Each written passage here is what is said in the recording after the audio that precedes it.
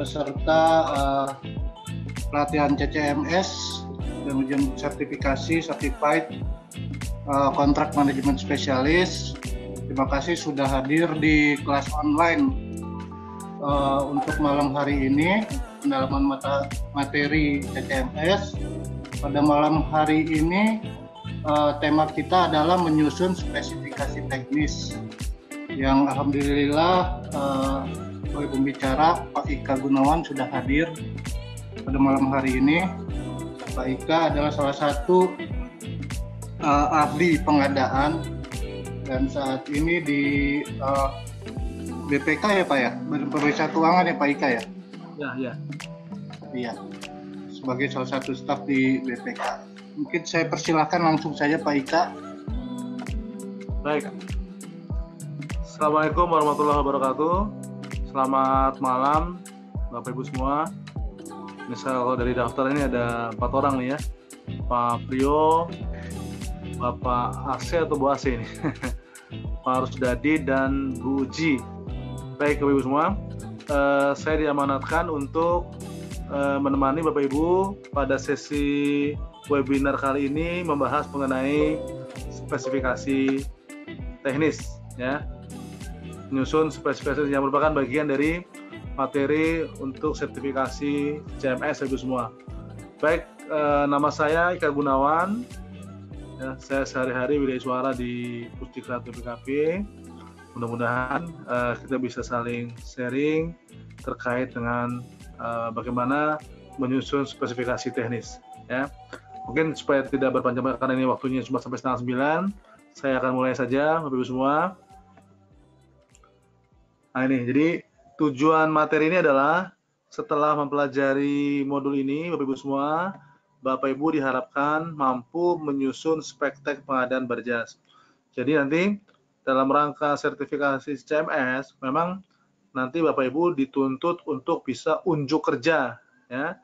Unjuk kerja artinya bukan sekedar teoritis, tapi nanti betul-betul bisa menyusun spek-tek ya, dengan berbagai macam justifikasinya.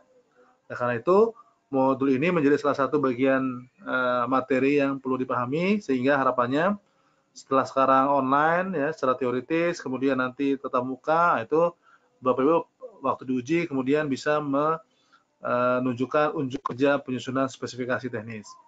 Kemudian tujuan khususnya artinya untuk bisa mencapai tujuan tadi ada 3 sub materi ya, atau dikenal dengan tujuan khusus, yaitu pertama pentingnya spesifikasi.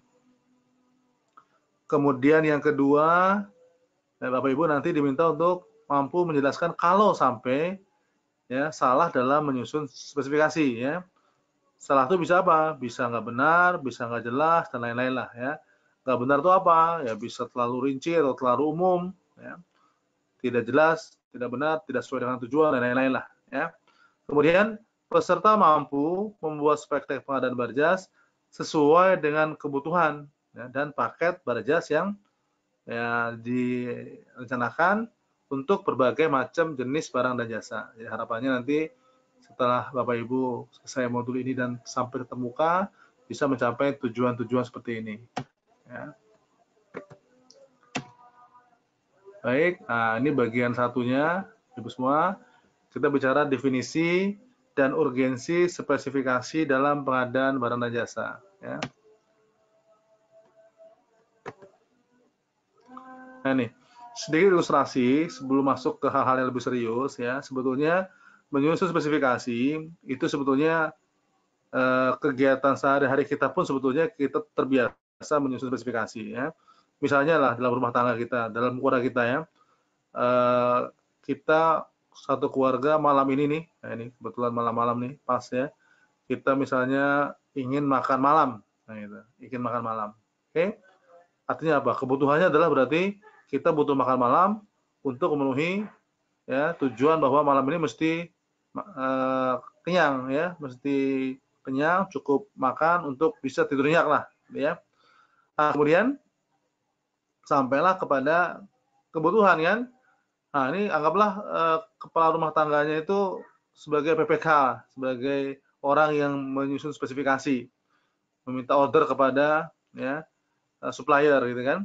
Nah, sementara usernya itu dari mulai anak, ya, anak 2 anak, kemudian 1 istri.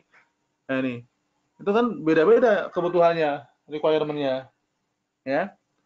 Ada yang misalnya anak laki-lakinya ya tidak terlalu doyan pedas, kemudian anak perempuannya sangat suka pedas, gitu kan.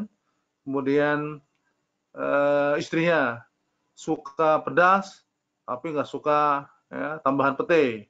Nah, sementara bapaknya suka pedas, hobi peta yang dibayangkan. Ini user requirement-nya banyak sekali kan.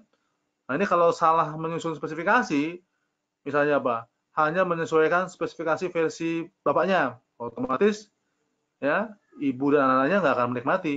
Kebutuhan makan malam hari itu ternyata tidak terpenuhi.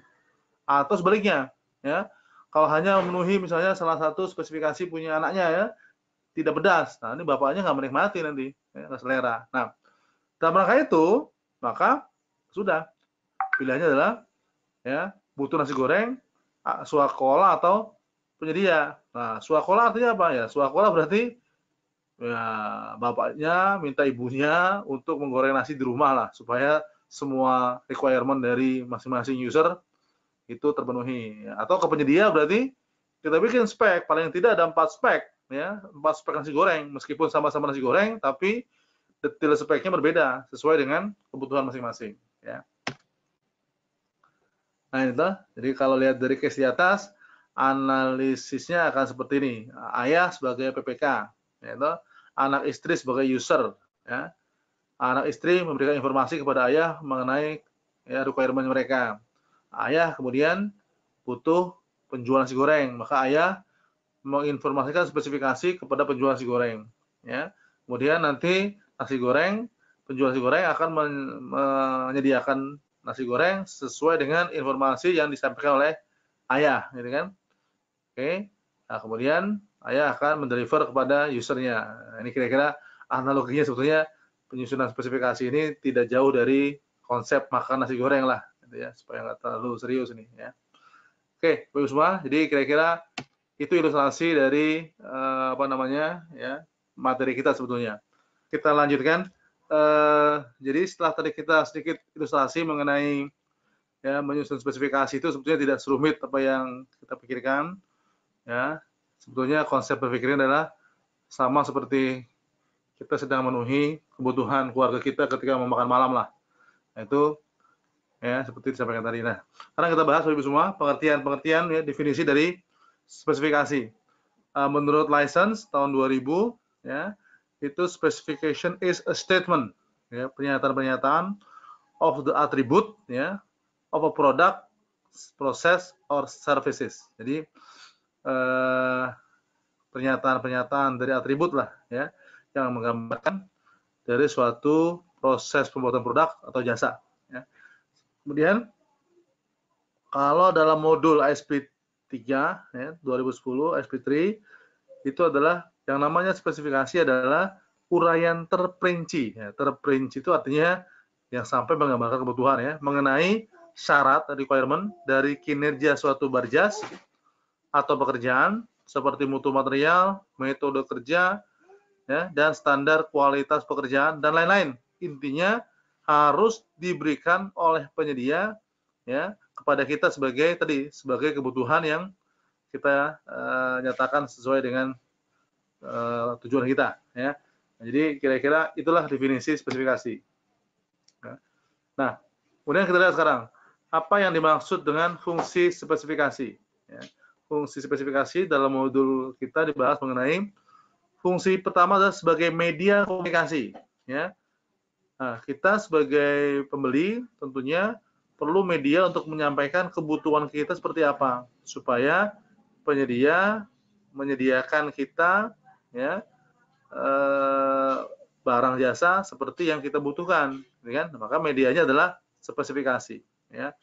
Nah, jadi kalau kita bicara komunikasi, ini gambar ini mengilustrasikan adalah bagaimana komunikasi itu, ya, pesan yang disampaikan dari pengirim pesan, kemudian ada feedback, nah itulah baru komunikasi, ya. Kemudian berfungsi sebagai perbandingan, ya. Ya, artinya kita bisa dengan spesifikasi membandingkan ya satu barang jasa dengan barang yang lain untuk bisa kita kaitkan dengan kebutuhan kita, ya, compare. Oke. Nah, kita lihat.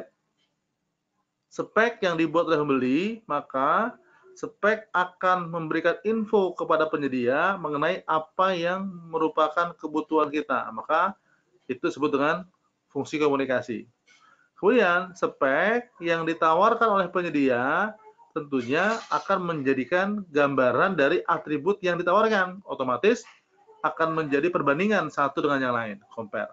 Ya. Oke. Nah, spesifikasi dapat memberikan instruksi yang jelas tentang maksud, kinerja, ya, dan konstruk dari suatu barjas. Dapat merujuk pada kualitas dan standar, bahan dan produk pabrikan, ya, dapat didefinisikan jelas. Nah, kemudian syarat requirement-nya untuk instalasi, pengujian, dan setelah terima dapat diidentifikasi. Oke. Kemudian klasifikasi dalam spesifikasi dapat digunakan untuk mendukung menyerahkan, ya, pengoperasian aset. Kemudian gambar atau modal, ya, tidak perlu dibebani dengan informasi rinci, ya, yang terkadang sulit untuk diidentifikasikan. Ya. Kemudian dapat digunakan untuk mendukung penetapan biaya, tidak hanya bahan dan produk, tapi juga kinerja dan pengerjaan. Ya. Berbagai macam fungsi-fungsi lah daripada spesifikasi. Merupakan bagian dari dokumen kontrak terutama bersama dengan gambar, karena itu dapat membantu meminimalisir resiko dan memberikan dukungan jika ada sengketa hukum. Jadi ini ya beberapa alasan kenapa spesifikasi itu penting lah. Ya. Oke. Nah, apabila ternyata spesifikasi yang disusun tidak cukup jelas atau ya.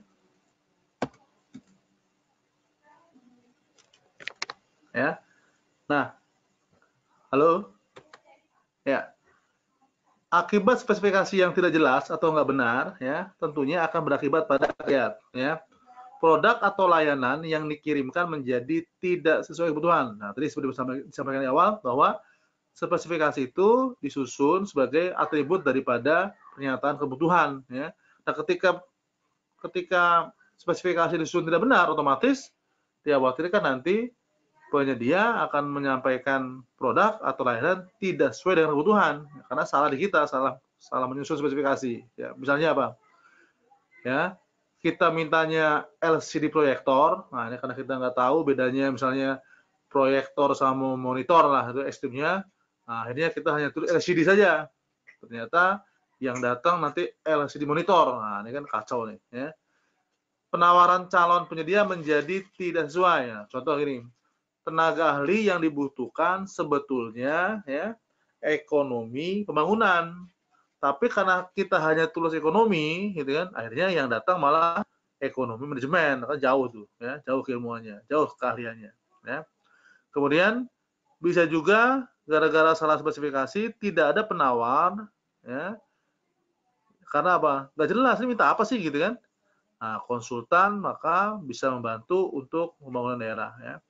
Kemudian menimbulkan kesulitan dalam proses evaluasi, ya, speknya nggak jelas, ya, otomatis nanti panitia, pokja, gitu kan, procurement akan sulit nih mengevaluasi penawaran dari penyedia. Misalnya apa? AC tidak menyebut berapa lama garansi, ya, nanti ada penyedia yang bilang 1 tahun, ada yang 3 tahun, 5 tahun, nah ini berapa nih yang akan menang nih, ya kan? Karena nggak jelas spesifikasinya. Padahal tentunya beda garansi, beda mutu, beda harga kan. Kemudian tender yang lambat juga bisa terjadi gara-gara spesifikasi. Kenapa?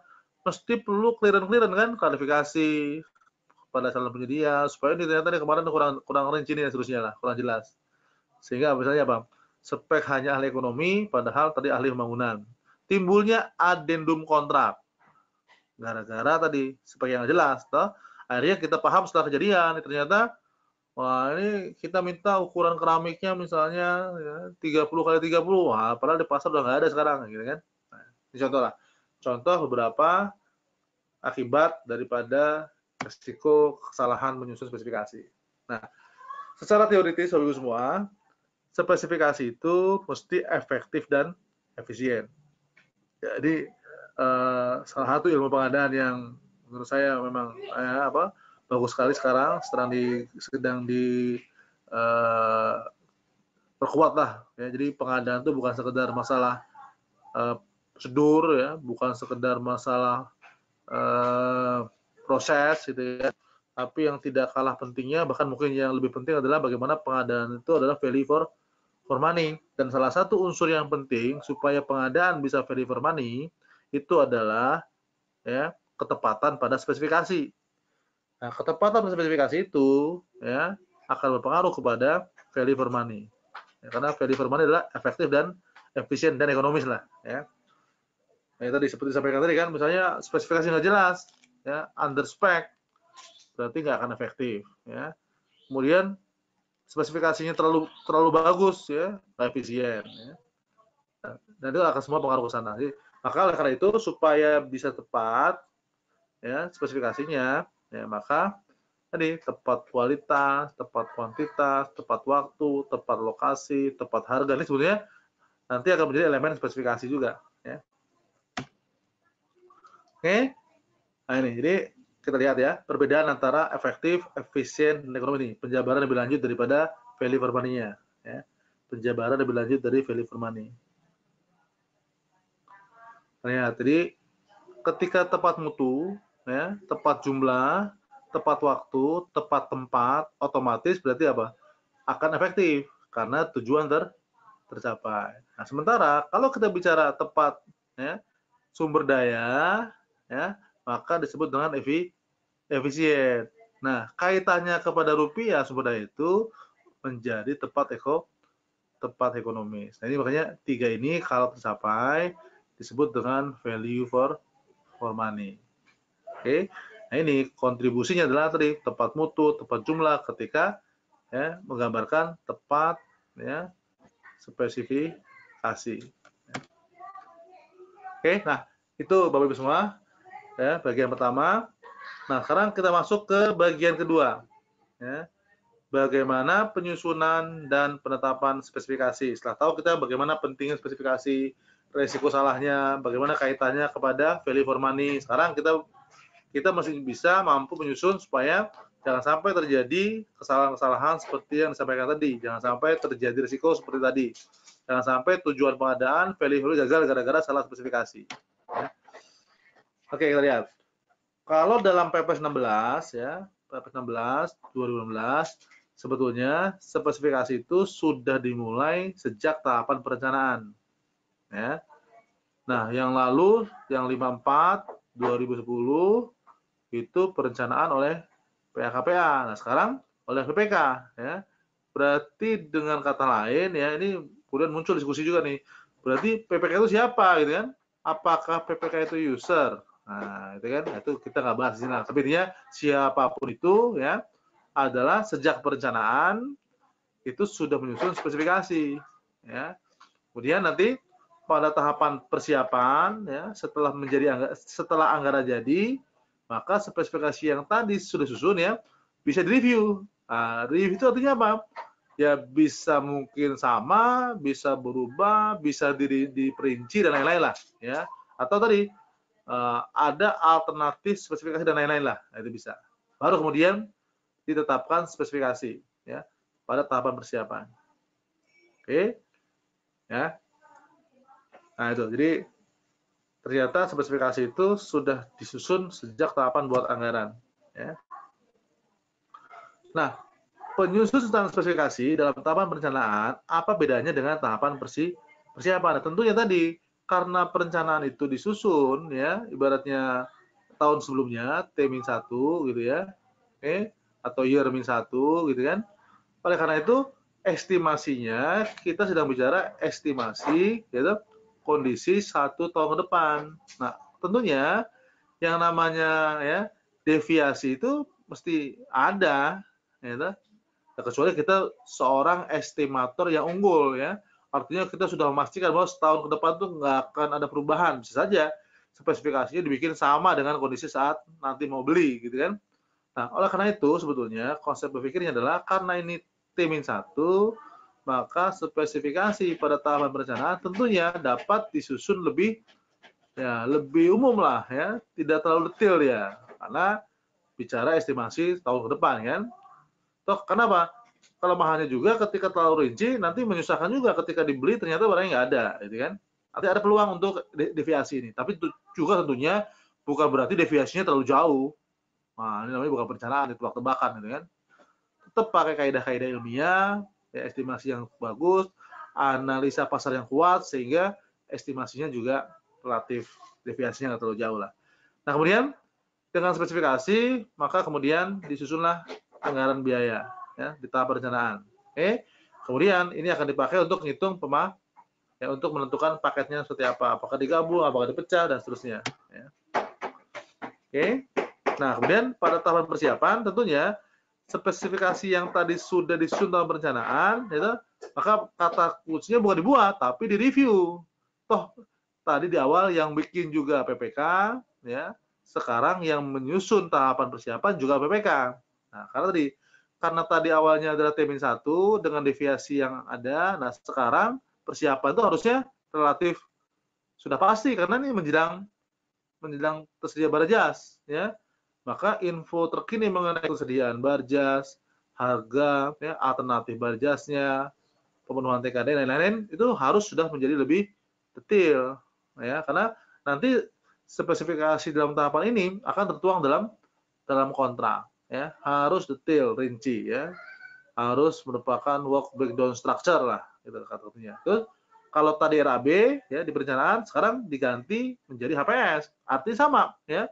Konsep pikir adalah nih HPS awalnya mungkin deviasinya ya agak jauh. Nah, kalau HPS harus ketat lah ya. Jadi apa namanya, detail cost estimatingnya lebih karena akan menjadi ukuran tender kan, ya, maksimal tender. Oke. Nah, itu kira-kira semua ya bagaimana proses penetapan spesifikasi pada tahapan perencanaan dan persiapan. Ya. Nah, ini. Oke.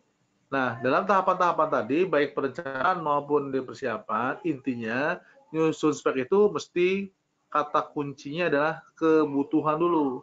Nah, ini ya. Nah, pertanyaan berikutnya apa itu kebutuhan? Nah, ini kan. Nah, ini diskusinya biasanya kebutuhan itu apa? Keperluan. Keperluan itu apa? Gitu kan? Sesuatu yang diinginkan dan lain-lain lah. Sebetulnya kebutuhan itu adalah ya ketika kita punya tujuan, ya toh, dan tujuan ini belum tercapai, ada gap tujuan. Nah, gap inilah kemudian kita butuh barang dan jasa. Nah, untuk memenuhi ini maka dibutuhkan tadi persyaratan, requirement-nya apa. Oke? Nah, dari sini kemudian nanti ditusunlah dokumen spesifikasi. Jadi maka tahapan pertama tuh ya menentukan dulu kebutuhan, ya.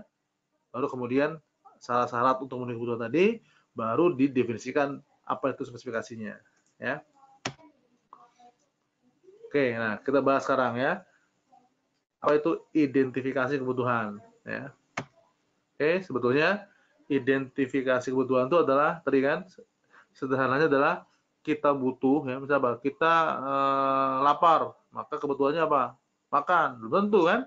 Ketika tujuan kita sedang berpuasa, ya, maka kebutuhan kita ketika lapar itu adalah sabar, bukan makan. Nah, ini menunjukkan bahwa sebetulnya butuh itu muncul karena ada gap tujuan. Berarti sebetulnya tidak ada kebutuhan ketika tujuan nggak jelas. Nah, ini penting sekali sebetulnya ya. Kadang-kadang kita lihat banyak di pengadaan, di procurement, ya, itu kebutuhannya dijustifikasi tanpa analisis kebutuhan yang kuat, tanpa jelas tujuannya apa. Sehingga ya ada atau nggak ada budget itu tujuan nggak berpengaruh. Harusnya kalau kuat analisisnya di tujuan ya, ketika budget ini kemudian tidak apa namanya tidak tercapai ya, tidak berhasil pengadaannya, ini otomatis tujuan organisasi akan menjadi gagal ya. Nah, sederhananya menggunakan ya 4W 1H itu what, berarti apanya. Nah, tapi sebelum apa itu kenapa nih why ini? Wah, ini kebutuhannya nih why. Kenapa sampai butuh server? Ya. Oke. Kemudian where untuk di mana ya. When, kapan, di mana dan seterusnya lah. Jadi jawaban ini atas pertanyaan ini mesti dijawab dengan lengkap untuk memastikan bahwa memang kita akan mengadakan barjas yang sesuai dengan kebutuhan ya. Oke, Ibu semua. Nah, ini. Jadi sedikit ilustrasi bagaimana setelah kita punya kebutuhan, nah menentukan syarat-syaratnya itu penting, requirement definition, ya, sehingga bayangkan ini Bapak Ibu semua, ya, kebutuhannya sebetulnya ada anak, ya, butuh main ayunan tuh. Nah, ketika syarat-syaratnya nggak jelas, ini bisa jadi banyak versi kan, versi pertama seperti ini, kedua, ketiga, ya, keempat, lima, keenam, ya. Oke, ternyata sebetulnya kebutuhannya cuma ini. Nah ini, jadi hati-hati, getting requirement right is crucial, ya. Syarat-syarat sangat penting terkait dengan penyusunan spesifikasi, karena dari kebutuhan, nah ini terjemahkan menjadi requirement-nya apa, ya.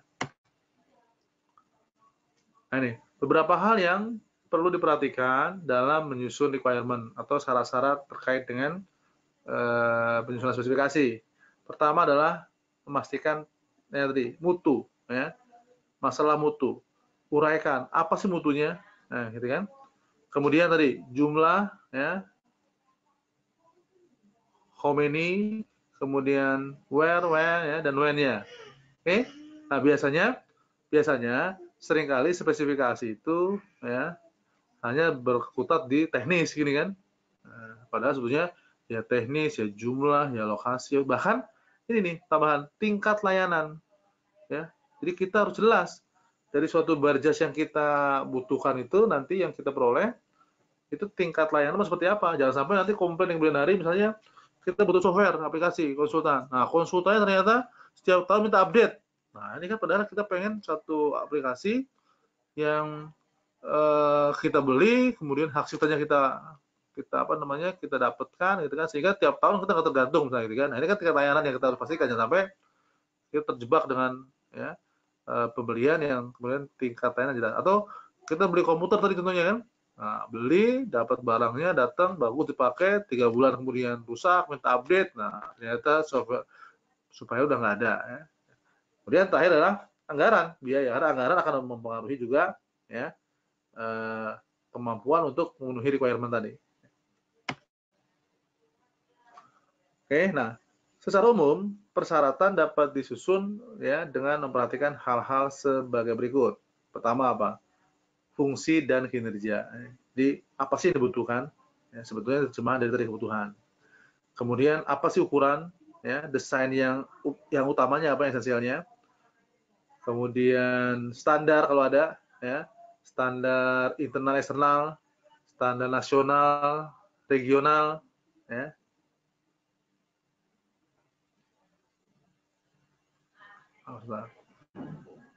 Oke, terputus nih.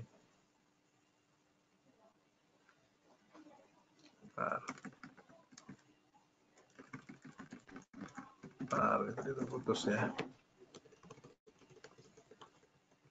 Iya. Nah ini, kita lanjutkan. Tadi terputus. Ya, nah ini. Jadi hal-hal umum yang kita perlu perhatikan untuk menyusun requirement adalah standar internasional, ya, baik nasional, regional, atau internasional. Kemudian rincian dari model yang sudah ada yang existing, supaya, ya, artinya yang ada itu kan menunjukkan ternyata requirement seperti itulah yang sekarang sudah ada gitu kan. Kemudian jumlah barang dan jasanya, batasan waktunya, kapan diperlukan berjasa di timingnya. Kemudian karakteristik atau isu-isu terkait, ya, isu lingkungan lah, ya, isu legalnya dan lain-lain lah, ya.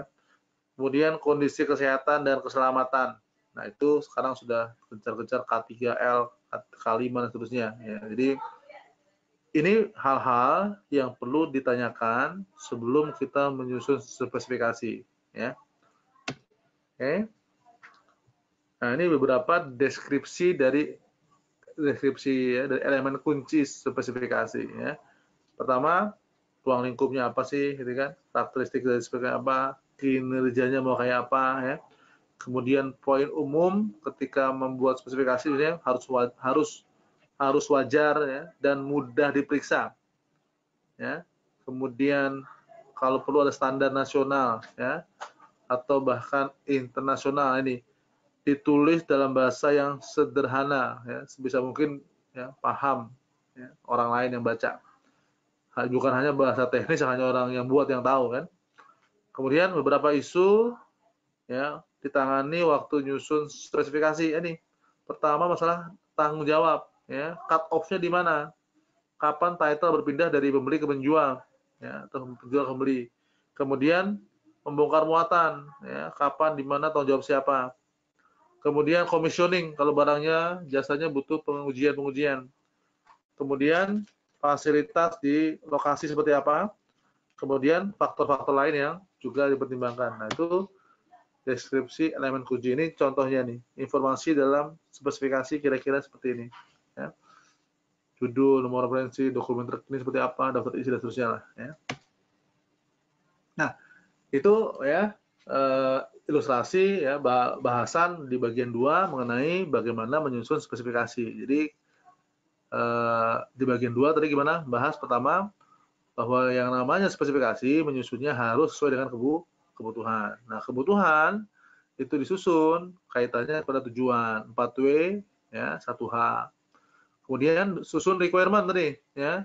Syarat-syarat apa untuk memenuhi kebutuhan tadi ya. Ada tadi kaidah-kaidah apa saja yang perlu dipertanyakan. Nah, kemudian terakhir baru susun spesifikasi ya.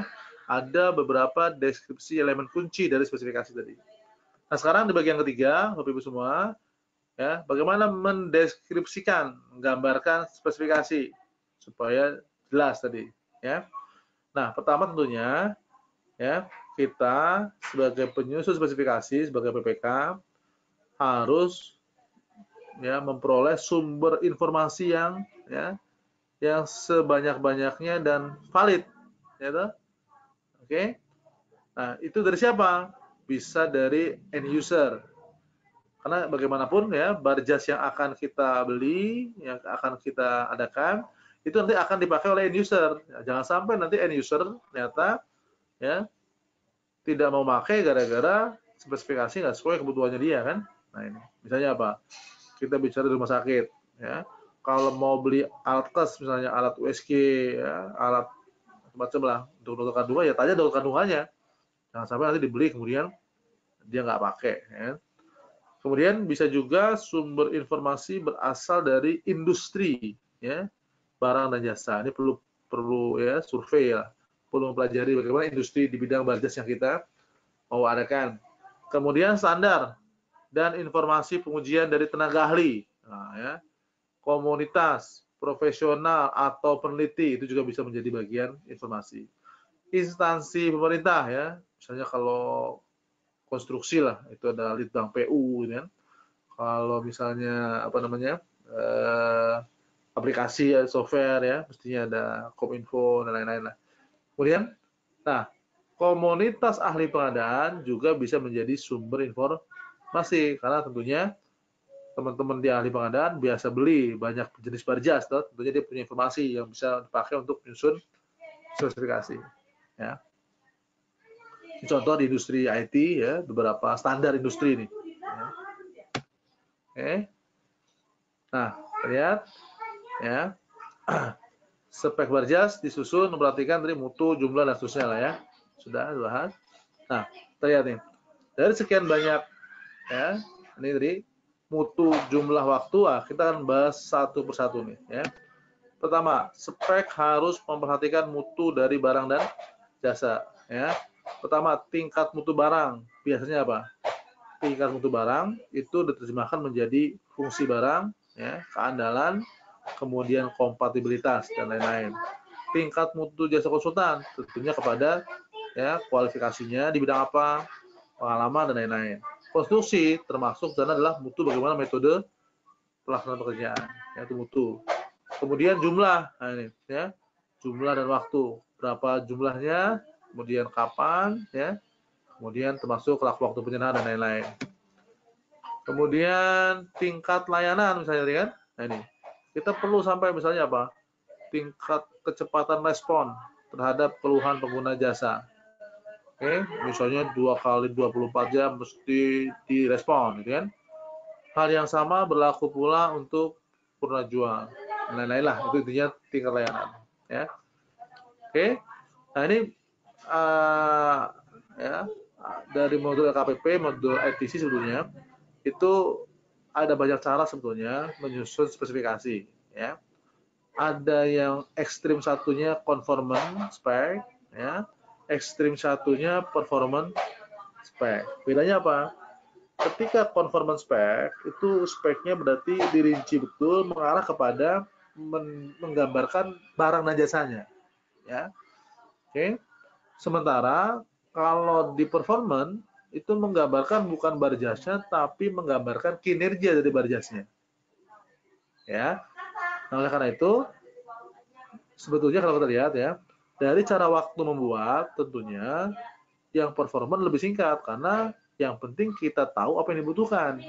Nah, sementara kalau kita bicara yang conformance, nah ini agak lama karena kita harus belajar mengenai bagaimana barang tadi dideskripsikan secara industri, ya, secara standar, ya, secara pembuatnya, bagaimana bahasa mereka.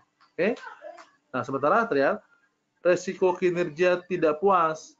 Nah, tentunya dengan performance, gap antara deskripsi barang dengan kebutuhan akan hilang. Dan sementara kalau menggunakan resiko performance otomatis semakin besar. Nah, tapi terlihat ya, penyedia tentunya akan sulit berinovasi ketika dia conformance spec karena sudah jelas, sudah detail, rinci tuh. Nah, sementara kalau performance dia bisa menyediakan banyak hal. Artinya mana yang bagus? Ya sangat tergantung jenis barang dan jasanya. Ya, jadi tidak berarti conformance paling bagus, enggak juga. Ya sangat tergantung barjasnya. Ada tipe-tipe yang performance spec bagus. Nanti kita akan bahas bagaimana kelebihan dan kekurangannya. Ya. Oke, nah ini jadi cara menyusun spek ya, spek tag, merek bisa, standar bisa, sampel bisa, ya. Kemudian komposisi bisa, demikian juga spek kinerja tadi kan dari teori tadi ya. Nah, kita akan lihat apa keunggulan dari masing-masing. Tadi kalau conformance ya atau kita bilang spek tag lah yang rinci tadi, yang bahasa pabrikan lah gitu ya. Itu spek ini akan mendefinisikan karakteristik teknis dan fisik dari barjasnya tadi, ya, bentuk barang, dimensinya, warnanya, desainnya, sifat material, intinya mengenai barjasnya lah, ya, detail ya. Maka, ya, kelebihannya apa? Kelebihannya dengan mendetilkan spesifikasi, otomatis sangat jelas dari barjas yang akan dibeli, ya. Nah, pengelola dapat menggunakan spek teknis ini ya, sebagai landasan yang mudah waktu verifikasi karena jelas sekali ya, sangat rinci dia. Nah, kekurangannya apa? Biasanya tidak semua penyusun spesifikasi mampu untuk menyusun spek tek yang sempurna secara detail, secara rinci sesuai dengan bahasa-bahasa teknis. Oleh karena itu butuh tenaga ahli, tentunya ini menjadi biaya tambahan. Yang kedua, kekurangannya adalah kesalahan nyusun spek akan berdampak signifikan. Jadi ketika salah mendefinisikan bahasa ya teknisnya ternyata nggak sesuai dengan usernya, kebutuhan, otomatis barang datang sesuai kontrak, tapi nanti user nggak bisa pakai karena tadi kesalahan dalam menyusun spek tag. Yang ketiga, makin rinci dari spek tag ya, akan berakibat barang yang dihasilkan akan menjadi barang pesanan yang spesifik. Tentunya ketika spesifik ya, biasanya spesial produk itu otomatis harganya pun menjadi harga spesial ya. Oke, apalagi itu perlu dibuat, bukan barang yang generik. Dan makin rinci spek tag tentunya akan makin sedikit penyedia yang mampu. Terus sekali, karena ini juga menjadi modus nih ya dalam kecurangan. Jadi dibikinlah spesifikasi yang orang lain nggak mungkin ya mampu sehingga untuk mengarah kepada satu penyedia. Dalam kondisi tertentu, penyedia barjas dapat memenuhi spek tag, tapi tadi ternyata kinerjanya belum sesuai dengan kebutuhan, ya. Gap antara spek tag dengan kebutuhan. Ya. Oke. Nah, kemudian yang kedua adalah menyusun dengan cara menyebutkan merek. Nah, ini, ya. Jadi sebetulnya merek itu juga nggak, secara teori spek nggak tabu juga, artinya dimungkinkan, ya. Karena merek itu tentunya akan membedakan mutu. Gitu. Nah, maka kelebihannya adalah dengan merek biasanya komunikasi jelas karena merek sudah orang semua tahu, tidak multitafsir. Oke. barang mudah digunakan dan mudah tersedia di pasaran, ya, dengan asumsi merek terkenal lah ya. Mutu barang biasanya sudah menjadi image semua kalangan sehingga dijamin lah gitu kan karena orang sudah banyak pakai. Nah, kelemahannya biasanya branded itu barang bermerek cenderung mahal, ya kan? Sulit untuk menciptakan kompetisi karena kadang-kadang di apa namanya barang-barang bermerek itu distribusinya, supply chain-nya itu sudah diatur secara ketat oleh pabrikan ya. Kemudian penyedia barjas yang menjadi milik merek tentunya kadang-kadang bisa jadi mengubah spesifikasi dengan ternyata kondisi saat bikin spek. Jadi image yang terkenal dari suatu produk misalnya ya awalnya mobil Avanza tuh speknya begini ya. Nah, kita asosiasi kita itu Avanza waktu kita bikin spek. Ternyata waktu dibeli ya datang barangnya itu ternyata sudah ganti spek ya, entah diturunkan dan lain-lain lah ya. Oke, kemudian bisa juga menggunakan standar ya, standarisasi ya. Standarisasi itu tadi misalnya apa SNI gitu kan, standar IEE dan lain-lain lah. Nah, dengan standar biasanya penyedia familiar karena penyedia yang pabrikan terutama dia sudah paham dengan standar-standar yang ada. Kemudian meningkatkan kompetisi karena dengan standar yang penting memenuhi standar berarti semua penyedia bisa berupaya untuk memenuhinya. Nah, kemudian standar eksternal itu biasanya akan menghilangkan ketidakpastian dari apa sesungguhnya yang perlu dipenuhi oleh supplier. Kemudian lead time atau waktu tenggang ya secara umum lebih pendek karena barjasnya sudah standar ya. Kemudian bagian pengadaan lebih mudah milih penyedia ya karena sudah sesuai standar yang sama dengan antar penyedia ya. Oke, kelemahannya apa? Standar kadang-kadang menjadi kompromi dari pabrikan. Jadi pabrikan A, B, C, D gitu kan pengen bikin standar akhirnya supaya semua pabrikan bisa membuat dengan standar yang sama, kadang-kadang bicaranya bukan mutu terbaik, tapi kompromi mutu supaya semua barang ya masih bisa dipenuhi, tapi memenuhi standar yang diinginkan. Oke, standar eksternal kadang-kadang dianggap baik, tapi terminan baik itu ketika diuji, ya. Padahal ketika barang itu datang tidak sesuai standar, ya. Oke, yang ketiga adalah kelemahannya karena standar itu meliputi berbagai aspek, maka ya bagian procurement diharapkan untuk mendalami pengalaman penyedia terhadap aspek-aspek terkait barang. Paham nggak tuh dengan standarnya gitu ya? Nah, itu standarisasi. Kemudian bisa juga dengan sampel, ya dengan sampel. Mudah biasanya sampel ya untuk barang-barang yang sulit didefinisikan dengan kata-kata ya. Misalnya kita sedang butuh seragam, ya seragam, ada warnanya. Nah, itu bagaimana menjelaskan warna biru? Wah, itu seragam dengan bahan ini ya kadang udahlah pakai sampel saja. Nah, yang mudah ya. Memudahkan PPK untuk memastikan ketersediaan barjas, ya. Oke, atas kemampuan penyedia. Kemudian kekurangannya apa? Penerima hasil. Nah, ini jadi waktu supplier kirim barang kita terima ini kita perlu memastikan nih yang datang itu sesuai dengan sampelnya apa tidak. Berarti kan ya ada pekerjaan yang lebih lah oleh penerima untuk mengecek memastikan sesuai dengan sampel. Nah, kemudian perbedaan kecil antara barang yang dikirim dengan sampel akhirnya apa?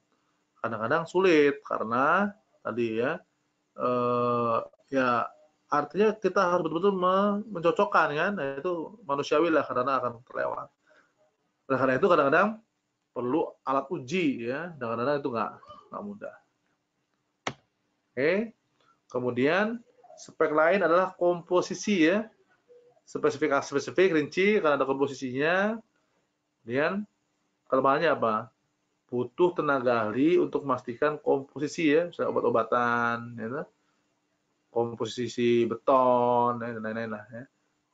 Dan kadang-kadang perlu alat uji untuk memastikan bahwa komposisi yang di deliver sesuai dengan yang kita minta ya. Oke, Kemudian spek fungsi ini ya, spek yang semakin mendekati kepada performance tadi. Spek fungsi menetapkan kegunaan atau hasil, fokus pada ya bukan apa, tapi bagaimana fungsi itu dihasilkan. Ya. Kelebihannya tentunya apa? Penyedia bisa berinovasi menyediakan barjas sesuai dengan fungsi yang kita inginkan. Oke. Nah, ini biasanya spek fungsi itu ditempel dengan spek kinerja.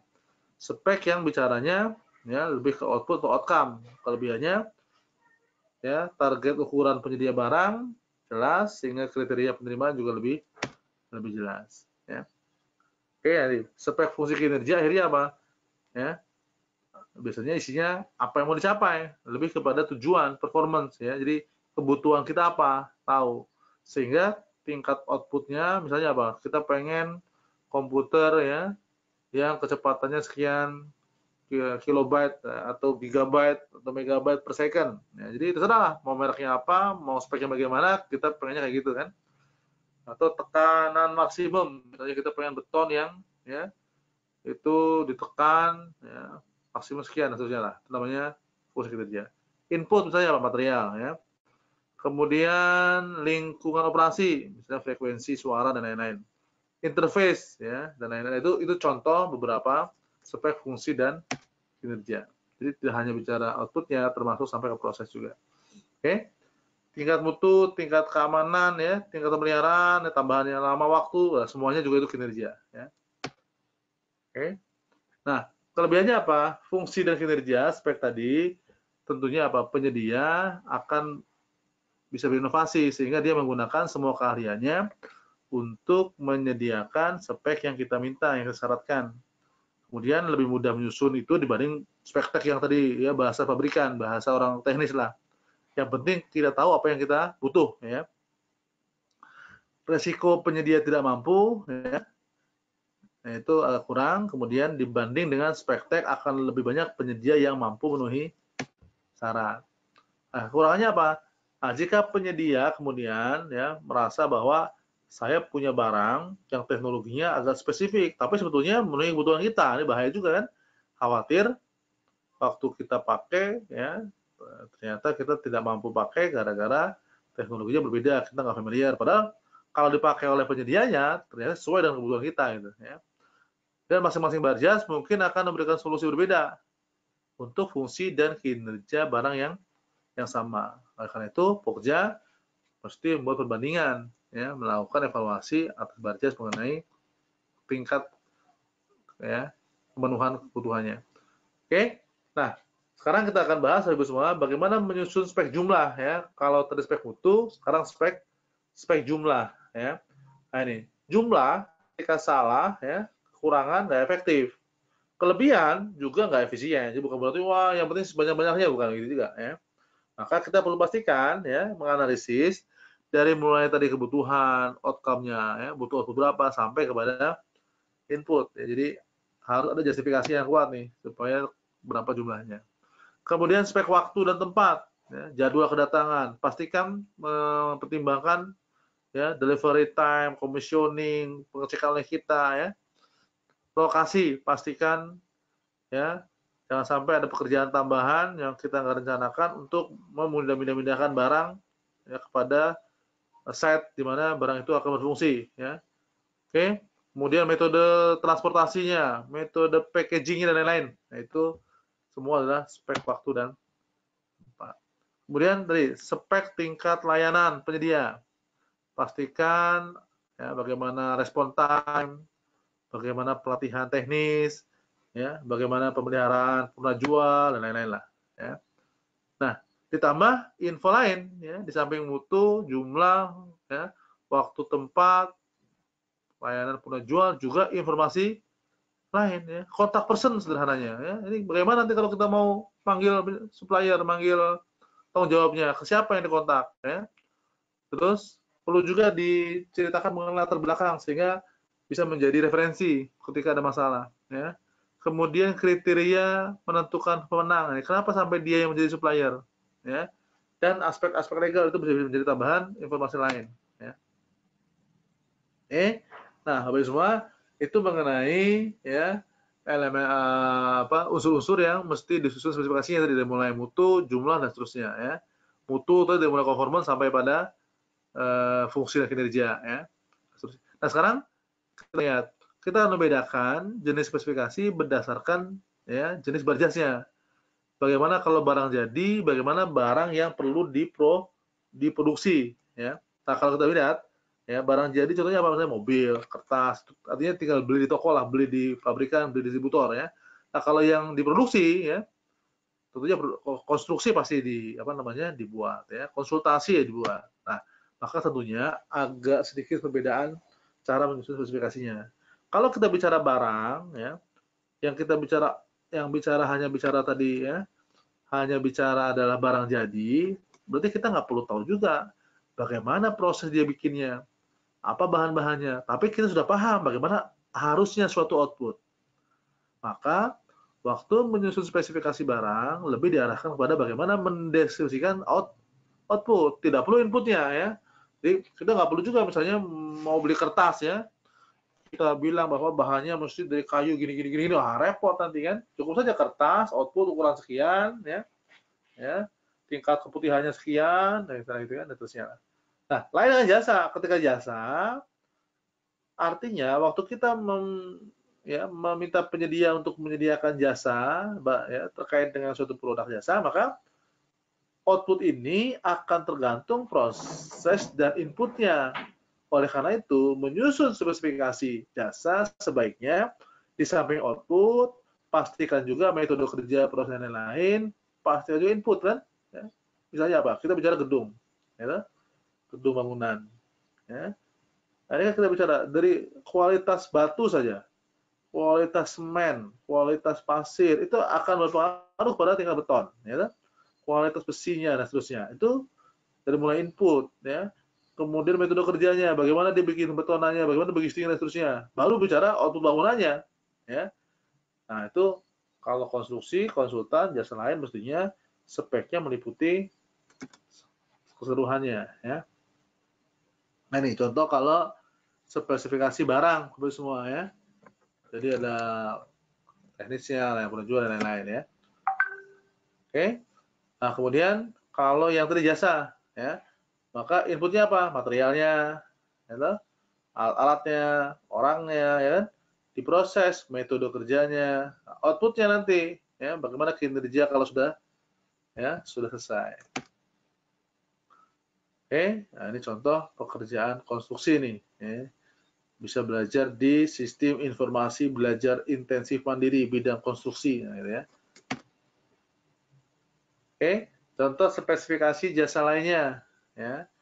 Teknis barang, metode kerja, kapasitas, yang mirip dengan konstruksi lah ya, cuma lebih banyak variasinya tuh karena yang namanya lainnya itu kan banyak jenis ya. Kemudian konsultan juga sama ya. Kita tidak hanya bicara laporan akhir, tapi kita bicara siapa yang konsultannya, siapa tenaga ahlinya, siapa yang jadi support timnya ya. Kalau memang butuh alat-alatnya valid atau tidak, cocok nggak untuk mengukur dan lain-lain ya. Kemudian prosesnya bagaimana, metode kerja yang dia laksanakan untuk menyimpulkan suatu produk ya. Kemudian baru output, laporan akhir. Jadi semuanya kita susun menjadi spesifikasi. Oke, ini contoh. Kemudian biasanya kalau spesifikasi konsultan disebut dengan KAK jasa konsultan ya, terkait tenaga ahli, pengalaman ya. Oke, terkait prosesnya itu metodologi dan lain-lain ya, seterusnya. Oke.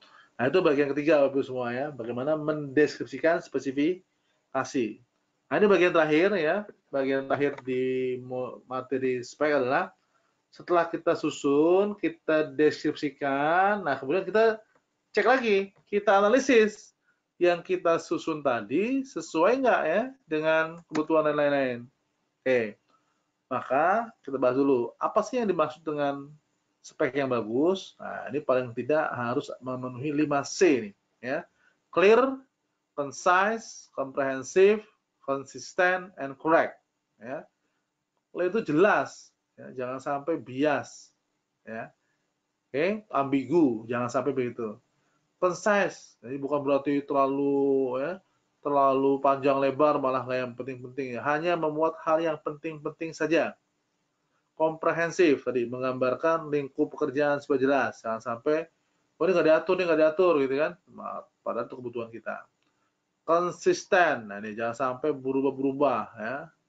Kemudian correct, benar sesuai dengan kebutuhan. Oke.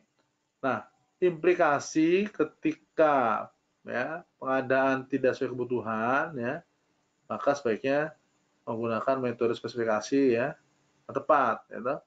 Jangan sampai ketukar antara keinginan dan kebutuhan ya. Nah, ini misalnya ini di tabel sebelah kiri ini ilustrasi mengenai fokus utama dari suppliernya. Yang sebelah kanan metode speknya, contohnya. Misalnya apa? Kalau kita pengen memastikan mutu ya, dan inovasi dari Barjas, maka speknya ya diarahkan untuk menggunakan itu hal-hal apa spek kinerja untuk memacu kreativitas. Jadi lebih ke performance spek. Ya. Gunakan spek tag kalau penggunanya sudah punya pengalaman. Oke. Gunakan merek terkenal kalau memang butuh yang diandalkan, butuh Barjas yang sudah reputasi keandalannya sudah ya terkenal ya. Kalau memastikan ketersediaan ya, jumlah ada yang penting ada dulu lah, bukan mutu, hanya memastikan standar ya. Memastikan dukungan penyedia, ini berarti gunakan merek terkenal. Kalau pengen menurunkan biaya pengadaan, speknya kinerja, ya, standar dan lain-lain. Ini ilustrasi yang bisa membantu kita untuk memastikan kalau kita fokusnya kepada apa, kemudian metode speknya bagaimana. Ya. Oke. Nah, kemudian memastikan juga kesesuaian spek sesuai dengan ketentuan. Ya, kalau kita bicara PP 19 kan gitu ya. Pastikan tadi sebenarnya ya ketentuan itu pasti akan memformalisasi teori-teori tadi kan. Nah, coba yang kita lihat ya. Memastikan spek sesuai kebutuhan. Nah, tadi kan sudah kita bahas pasti begitu ya. Kemudian tidak mengarah kepada merek kecuali beberapa hal dalam rangka persaingan ya. Artinya kalau memang ternyata ya tadi kan barang-barangnya tadi dikata elektronik bagian sistem dan memang tidak bisa tanpa merek, bisa saja tuh. Artinya tidak juga merupakan suatu larangan total kan, ada pengecualian-pengecualiannya meskipun aturan. Jadi kenapa aturan melarang ya penyebut merek secara umum itu dalam rangka persaingan sebetulnya kan, jangan sampai ada merek dibuat tapi untuk mengarahkan kepada salah satu produk padahal itu produk lain pun sama ya, sesuai kebutuhan kita. Kemudian memaksimalkan produk dalam negeri ya, terkait kebijakan pemerintah ya untuk produk dalam negeri. Demikian juga memaksimalkan standar nasional Indonesia. Oke, itu pastikan sesuai aturan. Yang pertama tadi kebutuhan. Sekarang pastikan ya speknya sesuai dengan kondisi terkini ya nih. Jangan sampai spek yang kita susun ternyata barangnya sudah discontinue dan lain-lain lah ya. Oke. Nah, kemudian pastikan kita mempunyai dokumentasi yang bagus mengenai spesifikasi. Pertama apa? Pastikan ada dokumentasi yang jelas mengenai dokumentasi dari user. User mintanya apa, tujuannya apa, kemudian bagaimana relevansinya dengan spesifikasi itu dipastikan dengan jelas tuh ya.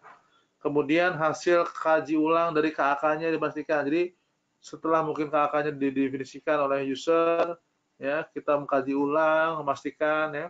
Kemudian survei pasar ini nggak kalah pentingnya supaya kita bisa meyakinkan bahwa kebutuhan user tadi bisa disediakan ya dengan pasar yang seperti apa. Kemudian terakhir dokumen spekteknya. Jadi dokumen spektek paling terakhir setelah ada dokumen-dokumen sebelumnya. Ya. Oke. Nah, demikian Bapak Ibu semua.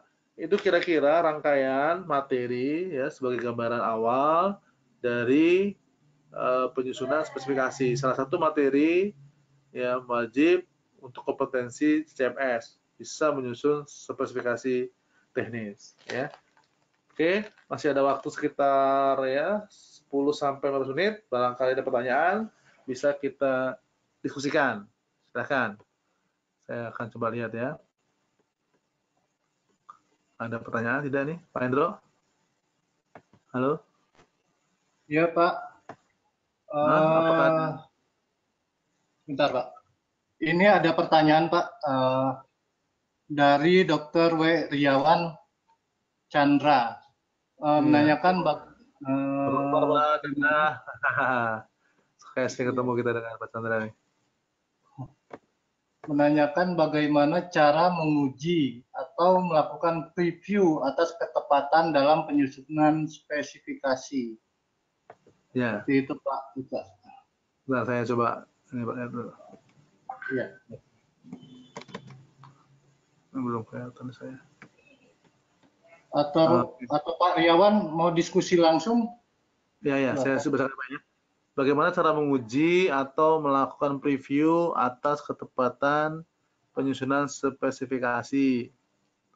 Kemudian dari pendekatan penyusunan spesifikasi melalui metode DLP, Jasper maupun moving average, mana yang lebih kecil risikonya agar tidak terjadi kesalahan penyusunan spesifikasi yang berdampak terhadap kegagalan pengadaan. Waduh ya, Pak Dokter, apa kabar Pak Dokter? Kita ketemu lagi nih ya. Jadi betul sekali bahwa menyusun spesifikasi kesalahannya resikonya adalah akan gagal pengadaan ya. Nah, waktu melakukan preview atas ketepatan penyusunan spesifikasi di bagian 4 sudah dibahas sebetulnya. Pertama adalah memastikan kesesuaian dengan tujuan, gitu kan?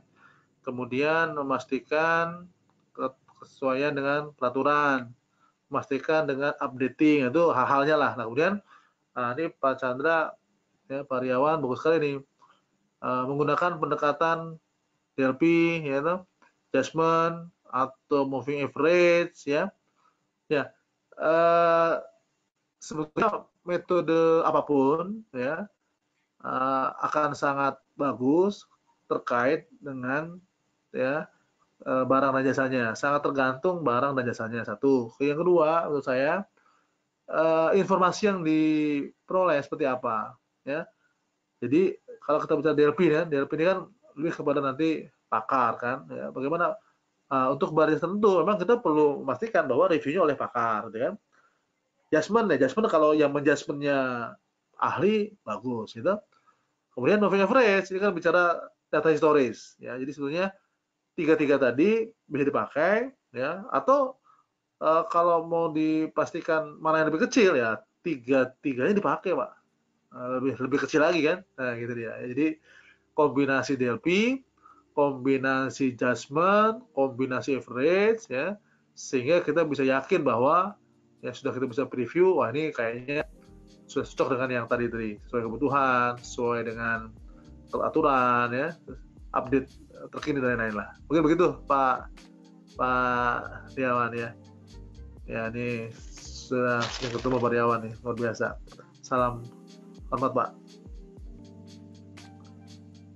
Mungkin ada lagi Pak. Saya belum lihat. Belum lagi ya? Sepertinya tidak ada lagi. Pak Riawan ini mengucapkan terima kasih Pak Ika. Sama-sama Pak Riawan. Sampai ketemu lagi Pak. Sukses untuk Bapak terus. Mungkin Bapak atau Ibu-Ibu rekan-rekan yang lain ingin berdiskusi langsung dengan Pak Ika, waktunya kurang lebih 10 menit lagi ya.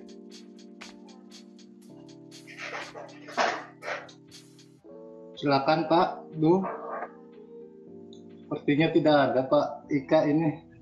Sudah jelas ya, mungkin nanti bisa pertanyaan lanjutannya mungkin bisa ditanyakan waktu tatap muka lah Pak. Iya, betul. Bisa lebih detail.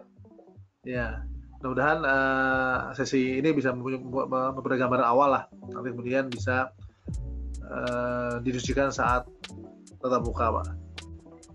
Iya, Pak. Baik, kalau mungkin nggak ada lagi Pak, kita close aja mungkin. Oke, baik Pak Ika. Baik, terima kasih banyak Bapak Ibu semua. Mudah-mudahan apa yang kita bahas hari malam ini ya bermanfaat. ya. Mudah-mudahan menjadi gambaran awal sehingga Bapak nanti bisa tatap muka sudah bawa bahan-bahan untuk diskusikan, dan yang paling penting bisa unjuk kinerja pada saat ujian nanti sehingga Bapak Ibu semua lulus sebagai ahli CCMS lah. Khusus Pak Dokter, sampai ketemu lagi Pak. Sukses untuk Bapak juga ya. Selamat malam. Assalamualaikum warahmatullahi wabarakatuh. Waalaikumsalam warahmatullahi wabarakatuh. Terima kasih Pak Ika, terima kasih rekan-rekan peserta CCMS. Semoga paparan dari Pak Ika dapat menambah wawasan atau dalam persiapan menghadapi ujian CCMS nanti. Dari saya cukup. Selamat malam. Wabillahi taufiq wal hidayah. Wassalamualaikum warahmatullahi wabarakatuh. Waalaikumsalam warahmatullahi wabarakatuh.